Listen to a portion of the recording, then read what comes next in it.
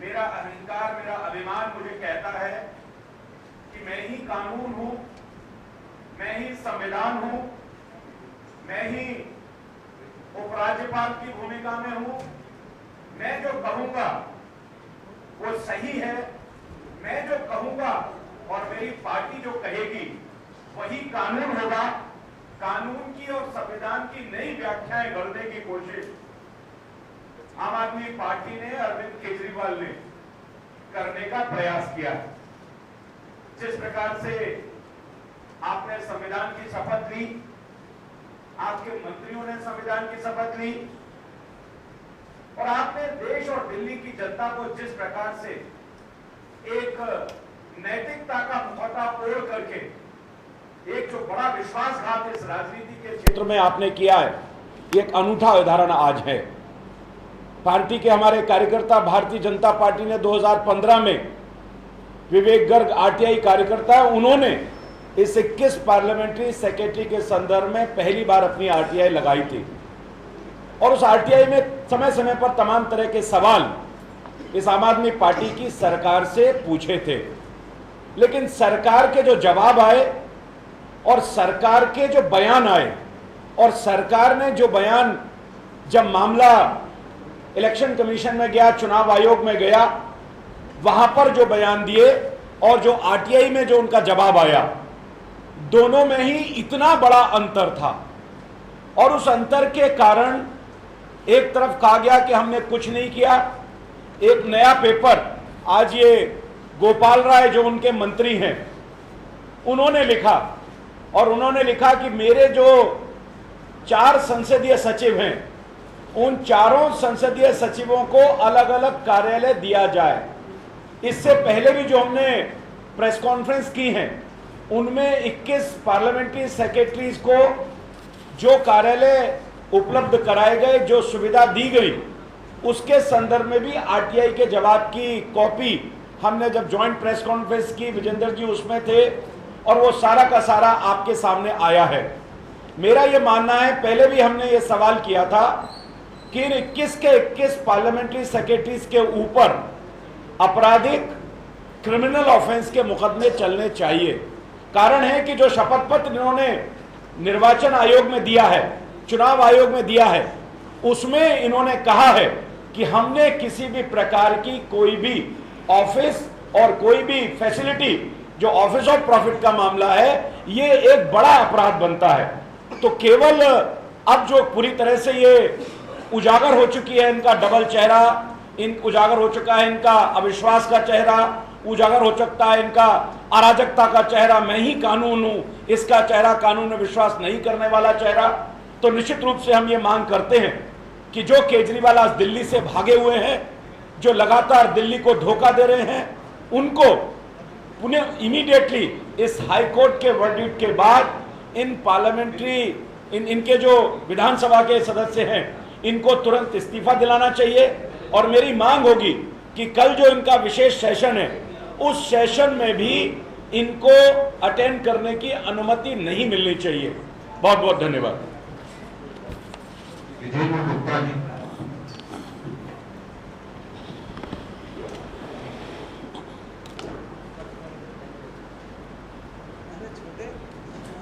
साथियों,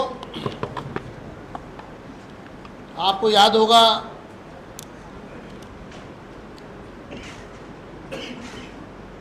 जब 13 मार्च 2015 को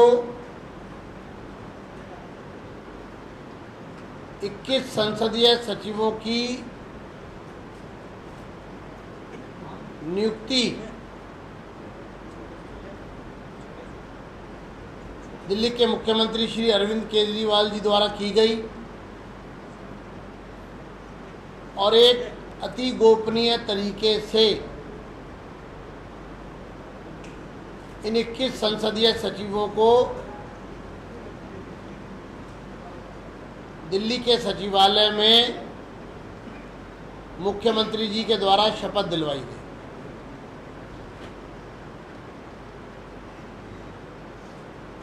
क्योंकि ये नियुक्ति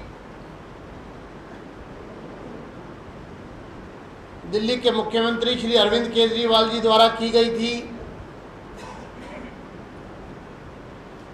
इसका हमने विरोध किया था तभी उसी समय। और हमने सिर्फ विरोध नहीं किया था, बल्कि दिल्ली के उपराज्यपाल को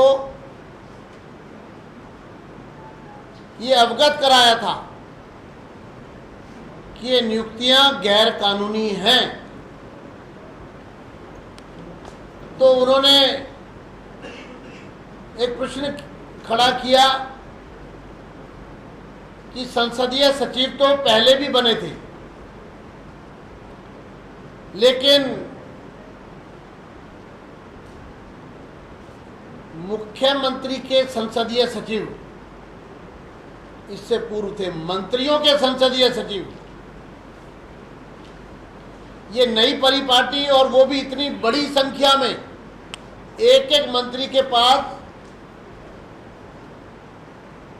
4-4 संसदीय सचिव। 7 मंत्री की जगह दिल्ली की सरकार में 28 मंत्री नियुक्त कर दिए गए। संविधान कहता है कि 10% of total strength of the assembly members, उससे अतिरिक्त मिनिस्टर नहीं हो सकते। लेकिन आपने, अगर सरल भाषा में कहूं, तो रेवड़ियां बांटने का काम किया। 28 मंत्री आपने बनाए।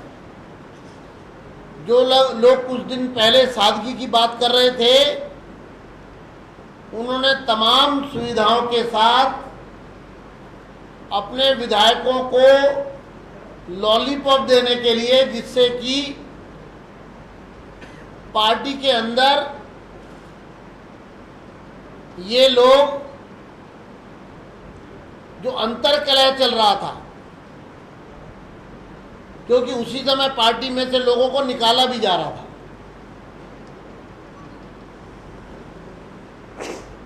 ये लॉलीपॉप बांटे गए।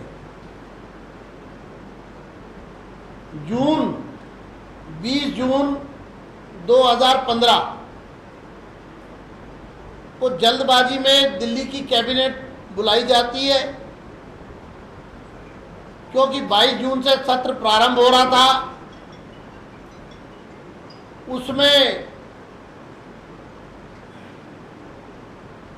एक बिल जो फर्जी था, गैर कानूनी था, असंवैधानिक था, एक मात्र कागज का टुकड़ा था, उसको कैबिनेट से पास करके और 23 जून को पटल पर रख दिया जाता है। और ये कहा जाता है कि हम इनको ऑफिस ऑफ प्रॉफिट से बाहर लाने का कानून पारित कर दिया। यानी जून के 20 तारीख को जब सरकार को ये पता लग गया था 2015 में, 1.5 साल पहले, कि ये नियुक्तियां असंवैधानिक हैं, उसको संवैधानिकता का जामा पहनाने के लिए ये जो कोशिश की गई, ये अनैतिकता का, केजरीवाल जी की अनैतिकता का पहला बड़ा उदाहरण था। आप सादगी की बात करते थे मुख्यमंत्री जी, आपने 20 जून को जो कैबिनेट बुलाई और उसमें गलत काम को सही करने के लिए एक अनैतिक काम किया, ये जानकर कि 13 मार्च को दिलाई गई वोट गलत है। फिर 1.5 साल से किसका इंतजार कर रहे थे? दिल्ली की विधानसभा में कमरे दिलवाए। मैं आपकी जानकारी में एक नई बात डाल रहा हूं, जो कमरे दिए गए 21 संसदीय सचिवों को, उसको नया बनाने में फर्नीचर पर करोड़ों रुपया खर्च किया, करोड़ों रुपए उस पर खर्च हुआ, स्टाफ रखा गया, वहां पर फर्नीचर लाया गया, कंप्यूटर्स लाए गए, उसको फर्निश किया। लेकिन इलेक्शन कमीशन ने जब दिल्ली की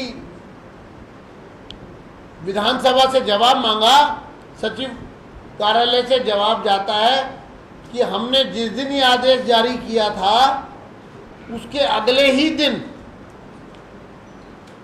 हमने इसको कैप्टन अबेंस में डाल दिया। लिखित में इलेक्शन कमीशन को झूठ बोला गया है।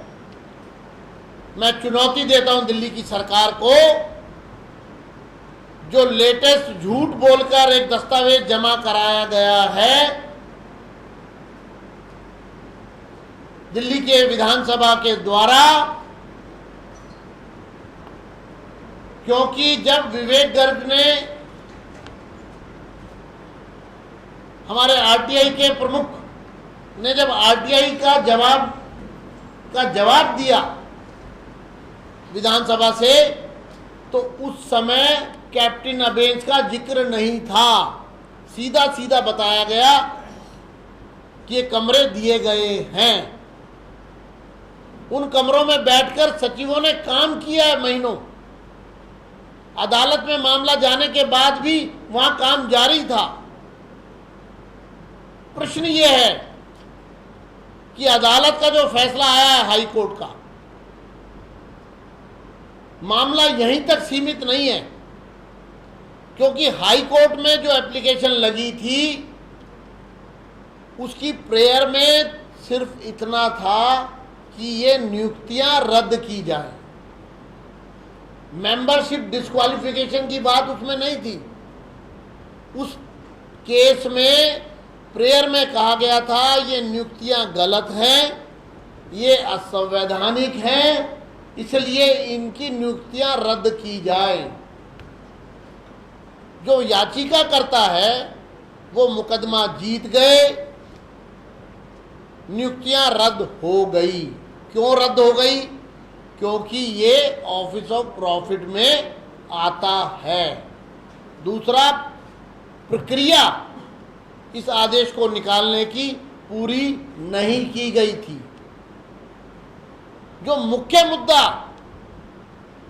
हमारे सामने है वो है इलेक्शन कमीशन ऑफ इंडिया के सामने भारत के राष्ट्रपति द्वारा संज्ञान लेते हुए जो रिपोर्ट मांगी गई है कि 21 संसदीय सचिवों के बारे में हमें रिपोर्ट दी जाए कि क्या ये ऑफिस ऑफ प्रॉफिट में आते हैं या नहीं आते।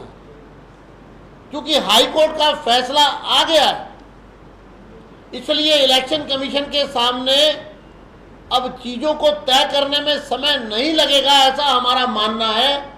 और चूंकि ये ऑफिस ऑफ प्रॉफिट में आते हैं तो इनकी सदस्यता समाप्त होना, मैं दावे के साथ कह सकता हूं कि अब कुछ ही दिन बाकी रह गए हैं। प्रश्न ये है कि आप लोगों को कब तक गुमराह करेंगे। आपने जितने आरोप भारतीय जनता पार्टी पर लगाए, आपने इसको राजनीतिक रंग देने की कोशिश की। आपने ये कहा कि देश के प्रधानमंत्री के बारे में आपने अनर्गल प्रचार किया। अब आप अपना मुंह छुपाकर इस मामले पर कहां खो गए हो, कहां चले गए सारे। अभी तक किसी भी मीडिया पर हमने एक भी प्रवक्ता की, उनके नेता की, मुख्यमंत्री की, हमारे कान और आंख तरस गई हैं। उनको बोलते हुए बहुत बोलते थे,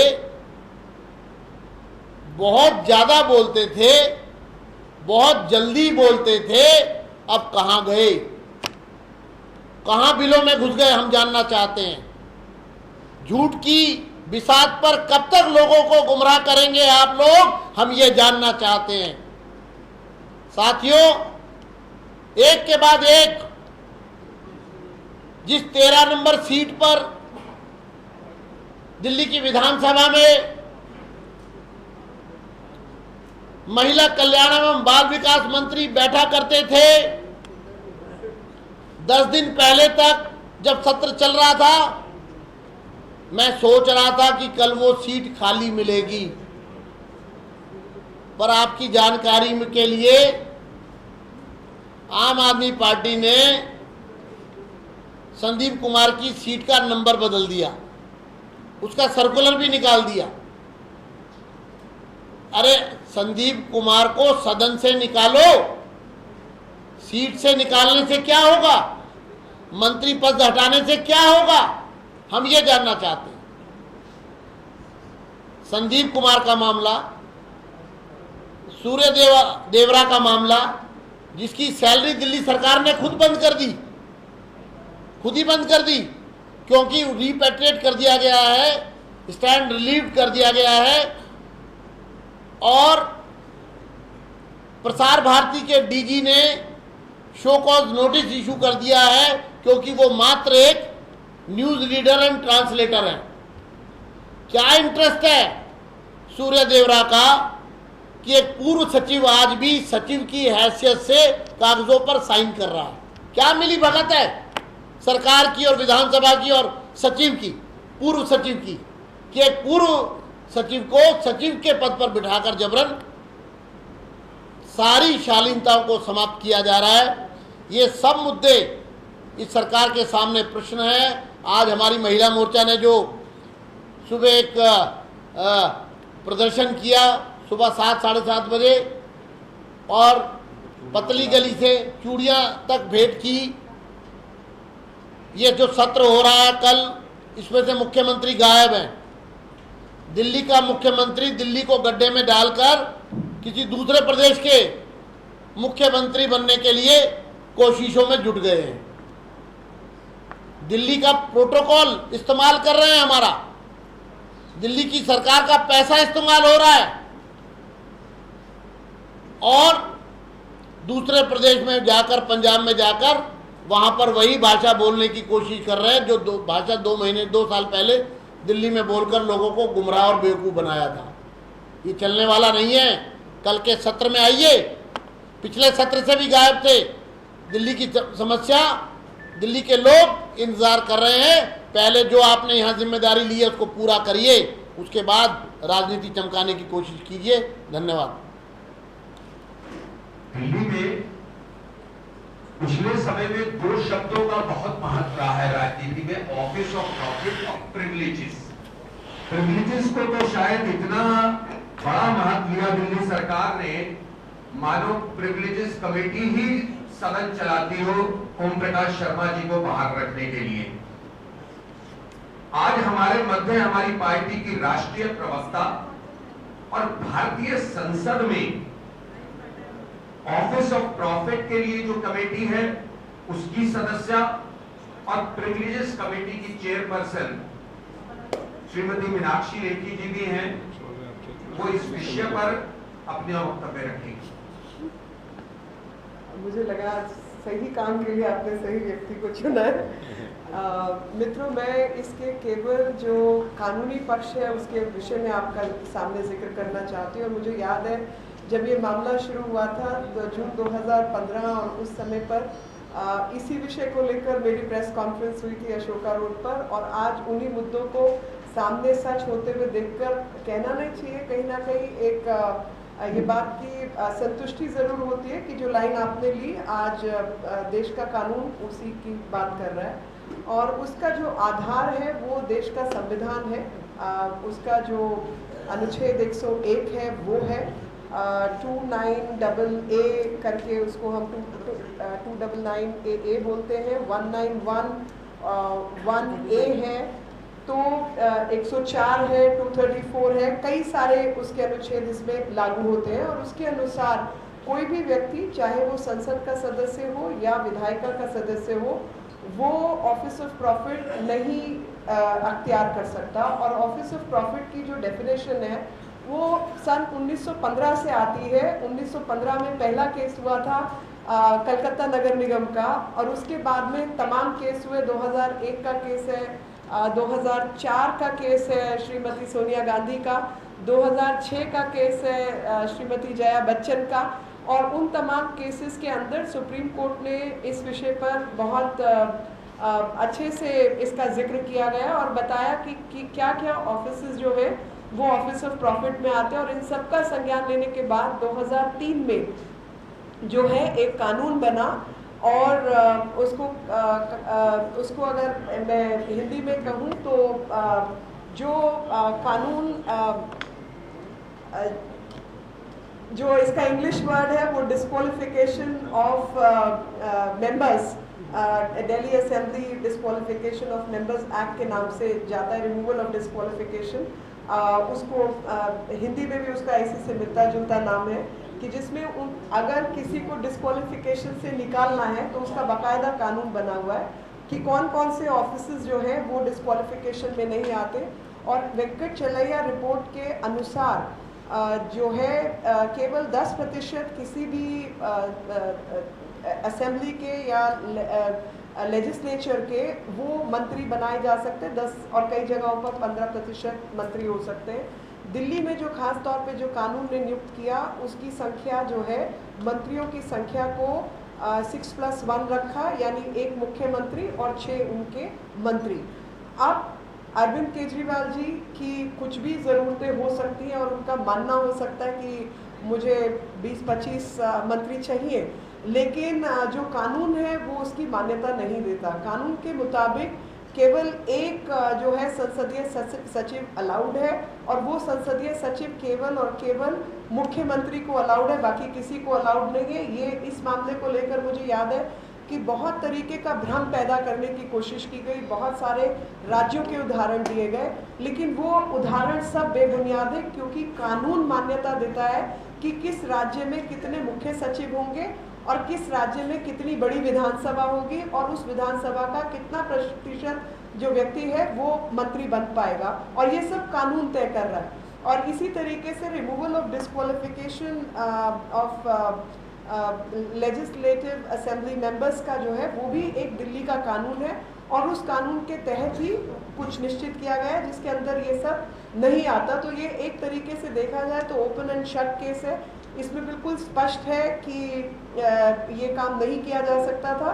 साथ ही मैं आपके सामने लीगल जो दूसरा मुद्दा लाना चाहती हूँ वो ये लाना चाहती हूँ कि दिल्ली के मुख्य सचिव ने जब इलेक्शन कमीशन के आगे ये पिटीशन लगी डिस्क्वालिफिकेशन की इन सब 21 MLAs को लेकर, तो दिल्ली के मुख्य सचिव ने एक बयान दिया था और उस हलफनामे के आधार पर उन्होंने कहा था कि ऐसा कुछ उनको प्रदान नहीं किया गया। लेकिन उसी से संबंधित जो RTI लगी थी उसमें बाकायदा कमरा नंबर, फ़ोन नंबर, गाड़ियाँ, ये सब भी सामने आया था। और इसमें तमाम ऐसे विधायक हैं जिन्होंने अपने एफिडेविट दिए हैं और उन्होंने कहा कि हमने कोई सुविधा जो है वो प्राप्त नहीं की, जो कि झूठा एफिडेविट है। और उस समय भी मैंने कहा था कि इस पर पर्जरी का केस भी बनता है। इलेक्शन कमीशन जो है वो क्वाज़ी जुडिशियल बॉडी है और उसकी जो एपेलेट अथॉरिटी है वो सुप्रीम कोर्ट सीधे तौर पर होता है, और ऐसे में जो झूठे हलफनामे दिए गए हैं उसके तहत एक अलग केस भी बनना चाहिए और 340 का पर्जरी का केस भी बनता है। इसमें जो समझने का विषय है वो ये भी है कि ऑफिस ऑफ प्रॉफिट को कानून के आधार पर कैसे डिफाइन किया गया है। केवल सुविधा जो कि पैसों की या चीज़ों की है, केवल वही ऑफिस ऑफ प्रॉफिट नहीं है। जो डिसीजन मेकिंग अथॉरिटी है जिससे आप अपनी विधायिका को या आप लेजिस्लेचर को या सरकार को कोई भी लाभ प्राप्त करवा सकते हैं, वो भी ऑफिस ऑफ प्रॉफिट में आता है। और क्योंकि वो सब ऑफिस ऑफ प्रॉफिट में आता है तो ये जो 21 विधायक हैं ये पद की नियुक्ति के आधार पर ही ऑफिस ऑफ प्रॉफिट में आते हैं और सीधे तौर पर केस इनके खिलाफ ओपन एंड शट केस बनता है। दिल्ली में जो प्रावधान है वो केवल एक का कानून के तहत प्रावधान रहा है, और इसकी जो चलन शुरू हुआ था वो साहिब सिंह वर्मा जी ने पहला जो सचिव है उसको बनाया था, लेकिन उसके बाद शीला दीक्षित जी ने 3 लोगों को भी सचिव रखा। लेकिन आज जो कानून है देश का उसके तहत केवल और केवल मुख्यमंत्री के पास एक सचिव होने का अधिकार है, बाकी के पास नहीं है। और वापस मैं वही बात दोहराना चाहती हूँ जिसका मेरे से पूर्व हमारे अध्यक्ष और पूर्व अध्यक्ष और अभी लीडर ऑफ ऑपोजिशन ने जिक्र किया कि उनको आखिर 21 लोगों को ऐसे पदों पर बिठाने की ज़रूरत क्यों पड़ी।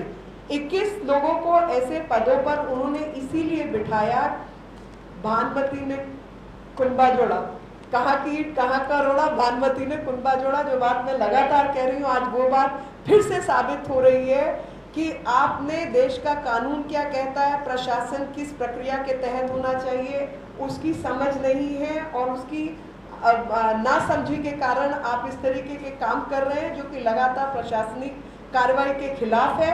और साथ ही आप जो है एक इतने बड़े कुनबे को साथ रखने के लिए 67 MLAs को कैसे आप जोड़ेंगे, तो उनको कुछ लाभ पहुंचाने की कोशिश कर रहे हैं। मंत्री तो बना नहीं सकते कानून के आधार पर, तो कुछ लाभ उन लोगों को मिलता रहे ताकि वो सब लोग एक ग्लू का काम करके चिपके रहे, नहीं तो ये पहले से 18 महीने में ये पूरा कुनबा बिखर चुका है। बहुत बहुत धन्यवाद। हमारे प्रदेश महामंत्री श्री रमेश गिधोड़ी जी, जो शायद अरुण जेटली जी के अतिरिक्त एकमात्र ऐसे नेता हैं दिल्ली में जो वकालत ना करे, जिन्होंने अरविंद केजरीवाल को बार बार न्यायालय में बुलाकर फटकार लगवाई है। ऐसे रमेश गिधोड़ी जी भारतीय जनता पार्टी की जो अब आगे की इस पर कार्रवाई रहेगी, कल और उसके आगे, उस पर अपना वक्तव्य रखेगी।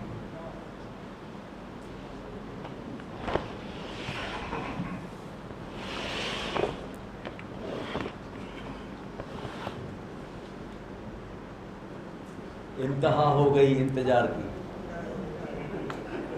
केजरीवाल साहब का सब इंतजार कर रहे थे, बहुत अच्छी दिल्ली बनाएंगे, सबको सब कुछ देंगे, और हमारे ऊपर आरोप लगते थे हम उनको काम नहीं करने दे रहे हैं। तो इसीलिए अब हमारी वो इंतहा हो गई है। अब हमें मजबूरी है कि दिल्ली की 2 करोड़ जनता, उनकी हित की लड़ाई हमें लड़नी चाहिए। और अब पाप का घड़ा भर चुका है।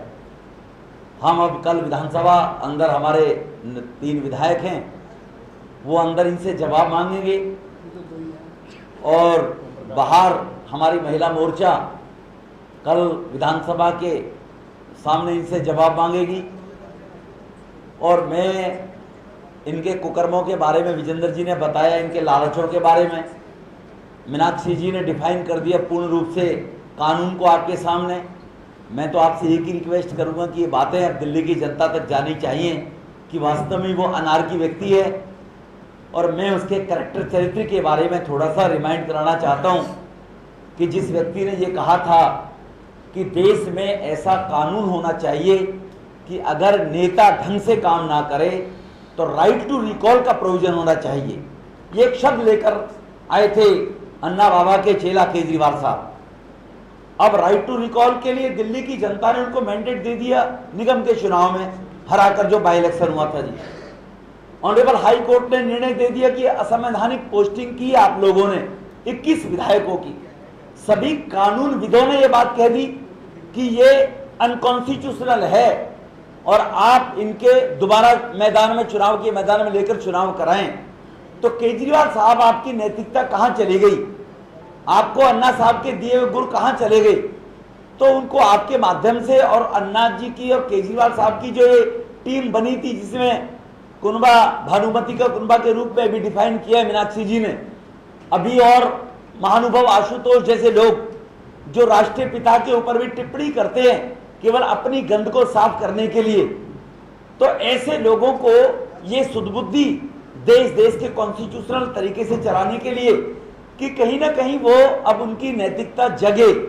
हम अगर कहेंगे वो रिजाइन करेगा तो मालूम है वो ढीठ आदमी रिजाइन नहीं करेगा, लेकिन शायद पंजाब में मुख्यमंत्री बनने के नाम से वो रिजाइन करे।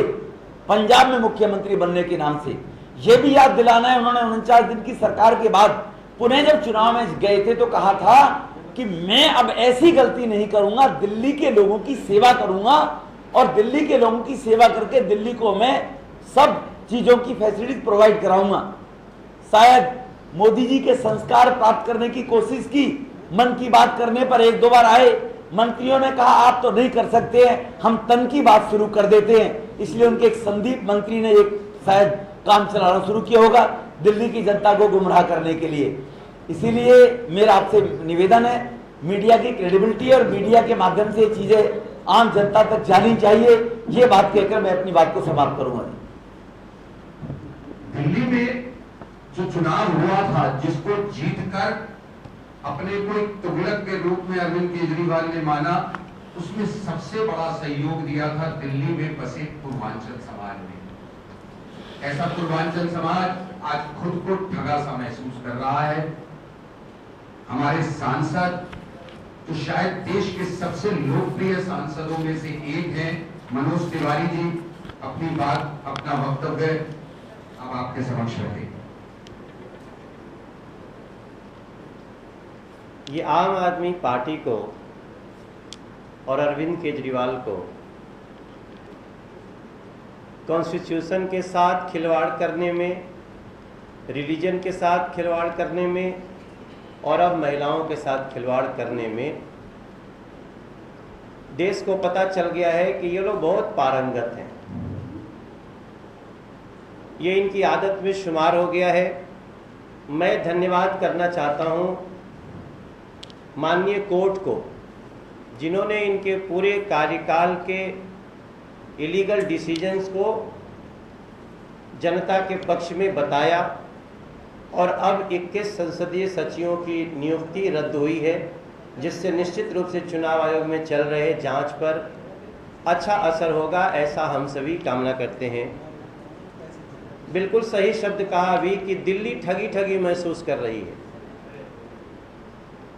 और दिल्ली ठगी ठगी महसूस कर रही है। जहां तक एक शब्द अभी लिया भाई साहब ने, पूर्वांचल प्रवासी लोग, उनकी जिन समस्याओं को लेकर के ये कहते थे मैं बड़ा अलग करने वाला हूँ, चाहे वो उनकी कॉलोनियों से संबंधित समस्या हो, चाहे उनकी शिक्षा से संबंधित समस्या हो, इस पर कितना कार्य हुआ है मैं समझता हूँ। बार बार जनता में जाने की बात कहने वाले अरविंद केजरीवाल को अब जनता में चले ही जाना चाहिए। इससे पहले कि कानून कहे कि ये इनकी सदस्यता रद्द हो गई, चुनाव होगा, मैं याद दिलाना चाहता हूँ अरविंद केजरीवाल जी को, जहाँ भी जिस भी गुफा में छुपे हुए हों, कि आप आगे आइए, क्योंकि आप गारंटर हैं। डिफॉल्टर कोई होता है तो सबसे ज़्यादा जिम्मेदारी पहले गारंटर को पकड़ा जाता है।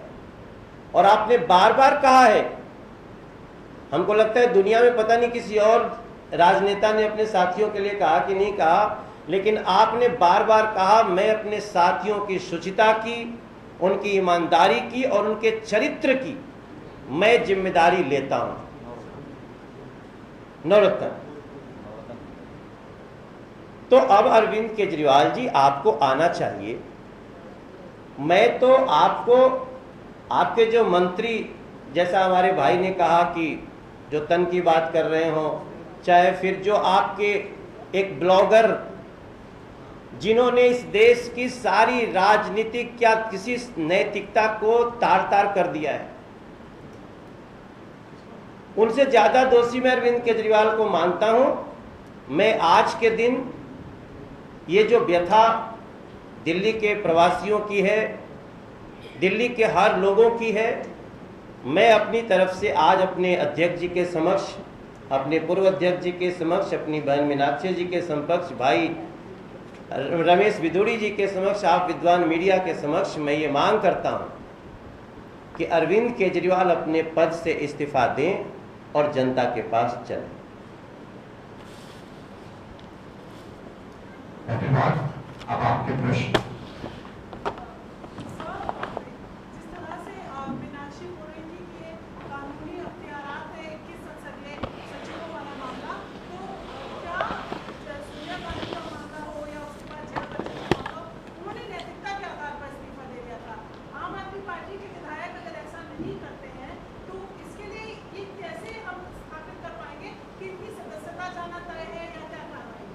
देखिए, ये तो निश्चित रूप से जो कानून की बात मीनाक्षी जी ने कही है, उनके अंदर नैतिकता थी, थोड़ी राजनीतिक परिपक्वता, और थोड़ा जब समाज में काम करते, राजनीति में काम करते, कानून को समझते हैं तो उनको नैतिकता समझ आई। लेकिन जहां अराजक प्रवृत्ति के लोग हों, वो ना संविधान को मानते हैं ना वो नैतिकता को मानते हैं, और नैतिकता केवल उनका मुखौटा होती है, दिखावा होती है, और वो मजबूर किए जाते हैं कानून के द्वारा। तो जिस तरह से हाईकोर्ट ने आज कहा है, उसी तरह से निश्चित रूप से चुनाव आयोग में जो मामला चल रहा है, तो इनको नैतिकता तो इनके अंदर है ही नहीं, चरित्रता तो है ही नहीं। इनको मजबूरन जब तक अथॉरिटीज और कानून इनको ये बाध्य करेगा, इनको अपने पदों को छोड़ना पड़ेगा।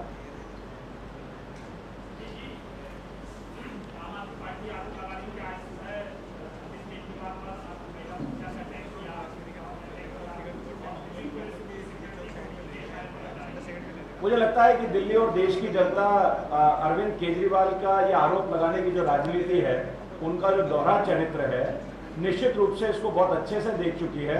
और भारतीय जनता पार्टी ने खुले रूप से कहा है कि जिस प्रकार से एक गरीब महिला के राशन कार्ड को लेकर के उसकी अस्मिता को लूटा गया, बलात्कार किया गया, ऐसे अभी जो मनोज जी ने कहा कि उन्होंने गारंटी ली है, केवल गारंटी नहीं ली, उन्होंने सबको करेक्टर और सारे के सारे 3 चीजों पर सर्टिफिकेट दिए हैं। वो जहां पर जाएंगे, दिल्ली की और देश की महिलाएं आहत हैं, जहां जाएंगे डेमोक्रेटिक तरीके से भारतीय जनता पार्टी हर जगह उनका विरोध करेगी। लेकिन इस विरोध में, लोकतांत्रिक विरोध में, वो जिस प्रकार का लाभ देखते हैं, वो लाभ देखते हैं कि मेरे ऊपर अटैक कर दिया गया। मुझे लगता है कि इस प्रकार की राजनीति को देश और देश की जनता पूरी तरह से नकारेगी।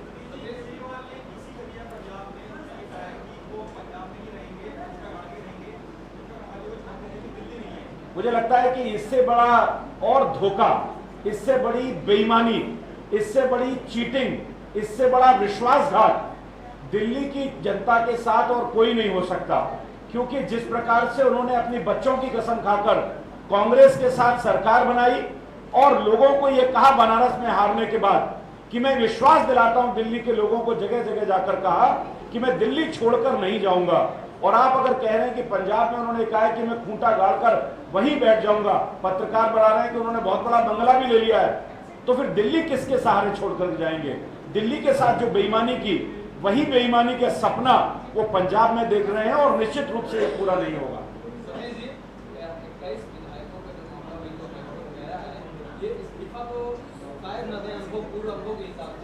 क्या कोई रास्ता और बनता है कि इनकी जो सदस्यता है विधानसभा की, वो क्या रद्द होने का कोई भी रास्ता है? इलेक्शन कमीशन, देखिए, तो इलेक्शन कमीशन है ना, हमने कहा इलेक्शन कमीशन है। और जो बात अभी मीनाक्षी जी ने कही थी और मैंने पहले भी कहा था कि जो इन्होंने फॉल्स एफिडेविट दिया है, उस पर इनके ऊपर क्रिमिनल केस अलग से बनता है। तो वो एक अलग से संज्ञान इलेक्शन कमीशन को लेना चाहिए और इनके खिलाफ FIR होकर मुकदमा भी चलना चाहिए। धन्यवाद।